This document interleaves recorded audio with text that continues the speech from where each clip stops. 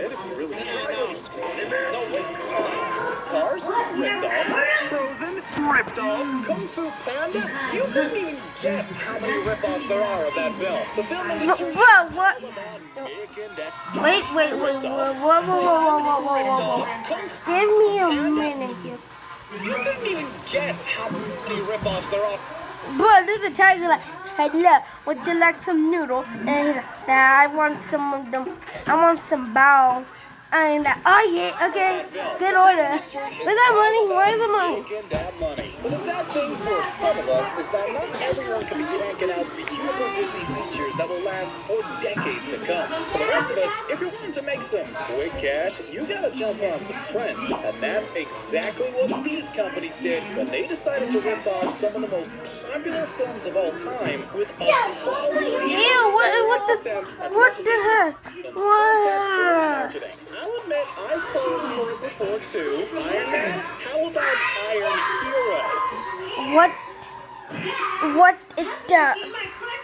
No film is safe from the I like Iron Man, but not Iron. I like Iron Man, but not Iron. Not iron. What? What would it be? He's a ripper. See what it takes to be called creatively bankrupt. Will be legendary.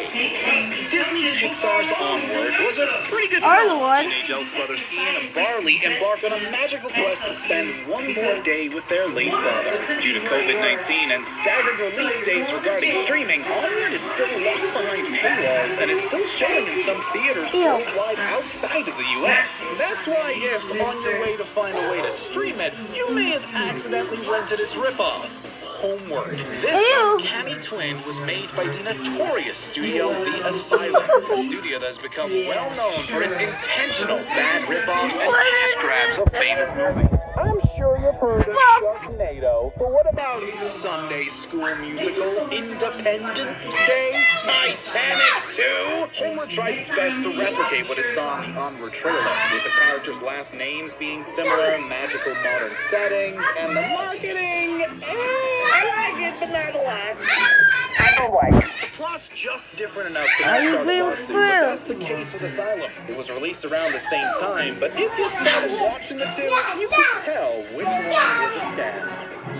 Let it go, it's just copyright rights. With the Frozen franchise breaking box office records, no wonder people would try to jump on that bandwagon. And one film in particular that has been hailed as a knockoff was The Snow Queen. You see, both films were based...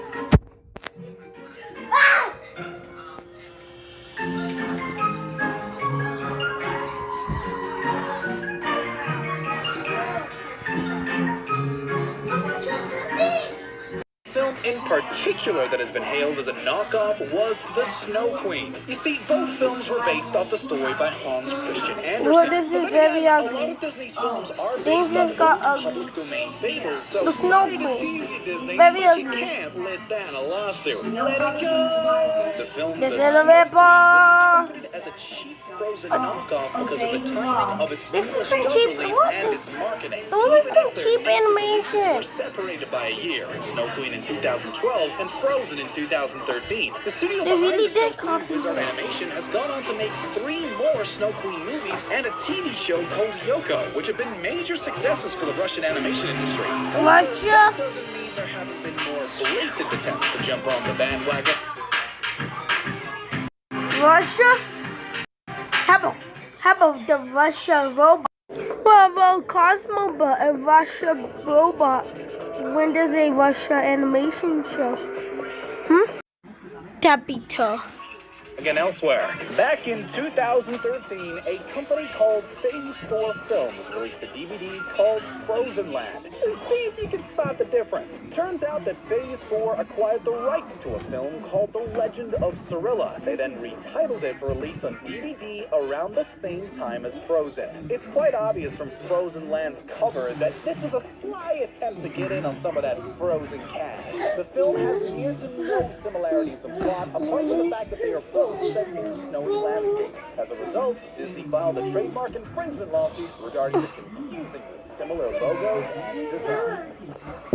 Kung Fu Panda? Don't you mean Little Panda Fighter? We know how that goes. Yep, we know how that went. Or of that film. Hey. The film confusingly similar logos and designs.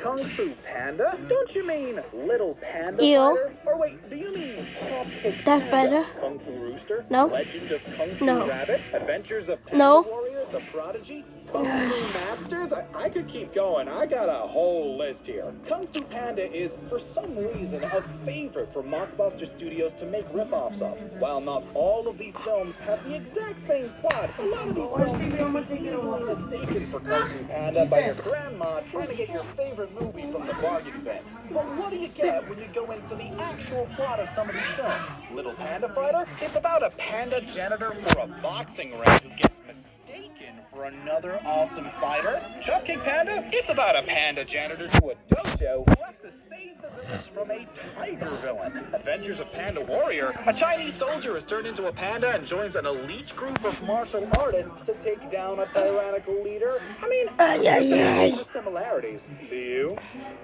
Happy Feet was an interesting film. It dissected all sorts of subjects like global warming. Who could ever rip off a penguin? Look at them dancing like Happy Toes is not like that Happy at all. Toes. It's a 2D flash animated movie. The voice acting's alright, and honestly, it would pass for a children's cartoon. While the marketing for the movie does seem to be riding on the coattail of Happy Feet, dancing barely has any presence in the movie until you're about halfway through. The plot goes from two birds wanting to eat a penguin egg, then raising the penguin they call Pingo. Pingo struggles with being adopted, and then he just happens upon some tap dancing shoes, which just so happen to scare away some penguin eaters. Roll credits.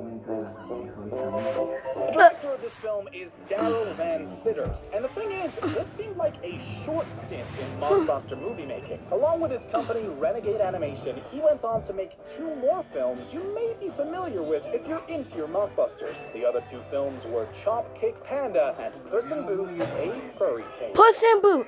Just like Kung Fu Panda, the Cars franchise Puss in Boot have a rip-off. when it comes to copycats. With the film Planes, you have a more notorious twin, Wings, and its sequel, Wings Skyforce. Sporting similar plot lines, the first Russian film was originally called Ot Vinta 3D, that was then dubbed with a couple of recognizable names, actors like Rob Schneider, Hilary Duff, and Jesse McCartney. For the main Cars franchise, you've got Video Brinquedo's The Little Car, No. Spark Plug Entertainment's A Car's Life, and Go sit down. What do you have in your mouth? Eric? ¿Qué tienes en la boca? ¿Qué es eso? Tíralo, tazo. Dude, these film have to keep making me delete the YouTube. Chinese Blue MTV's Op.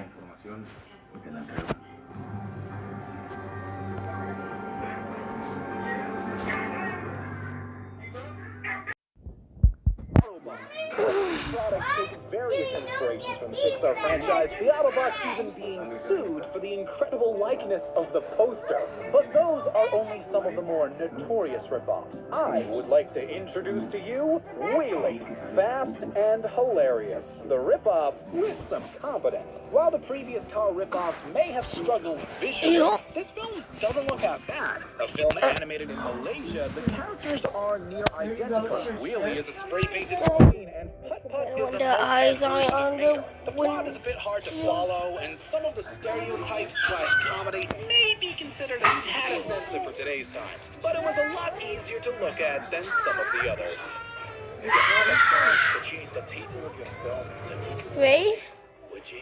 Well, that's exactly what Bright Spark Productions did with Raver. their film Raver. You may remember one of the more boisterous Disney Pixar princesses as Merida from the 2012 film Brave. So you would think that a rip-off of this movie would be another tale about a princess who wants to break. You want?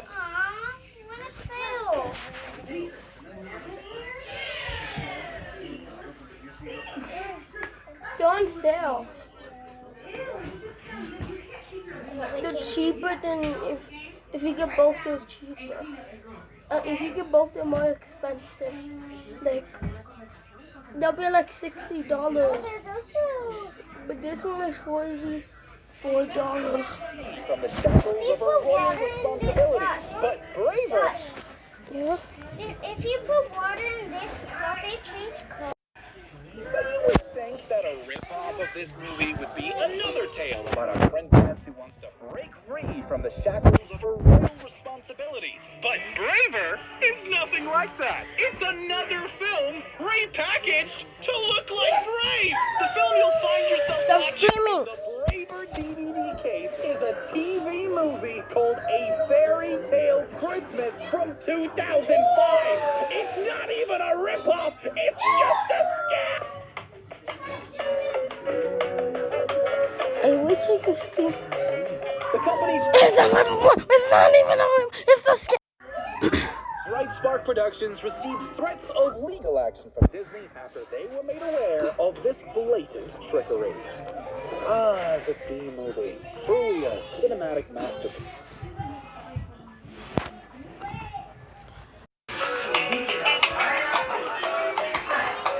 The company Bright Spark Productions received threats of legal action for having a nightmare after they were made aware of this blatant trickery.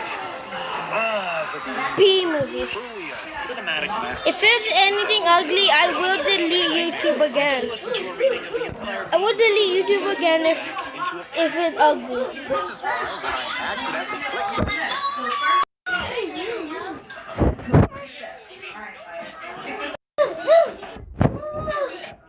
on the little bee, you can realize how Very ugly. This is some cheap animation. I didn't hear what is essentially Seinfeld, but with bees. Aptly hidden has, I won't even try to pronounce that right, or the little bee is a Just let me say something. This is some cheap animation. Why would anyone watch this cheap animation? I think of course they have to make a rip.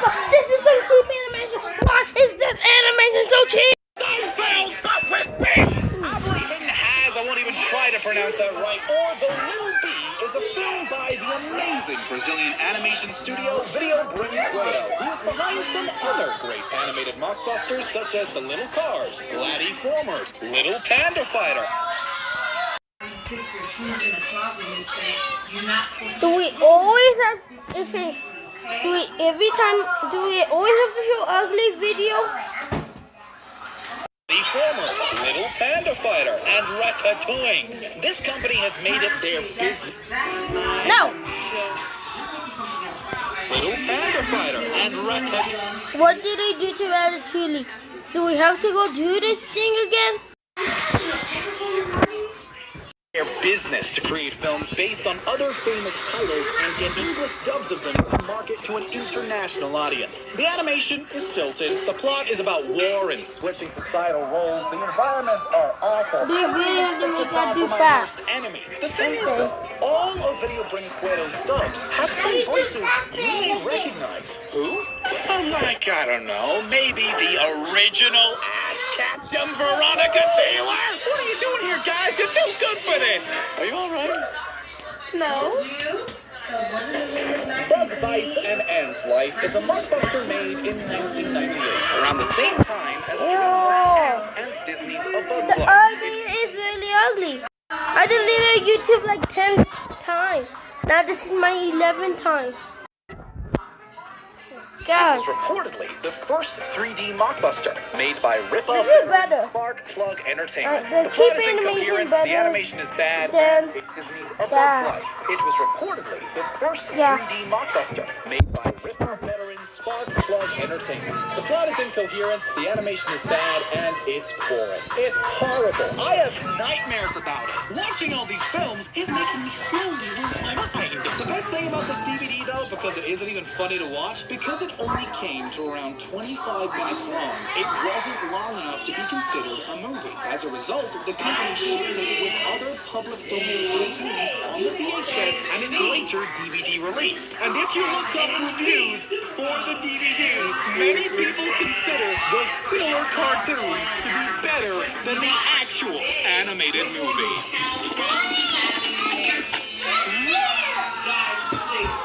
Do you know know what I thought the emotional and tragic story of the Titanic really needed? A rapping dog. Yeah, you heard me.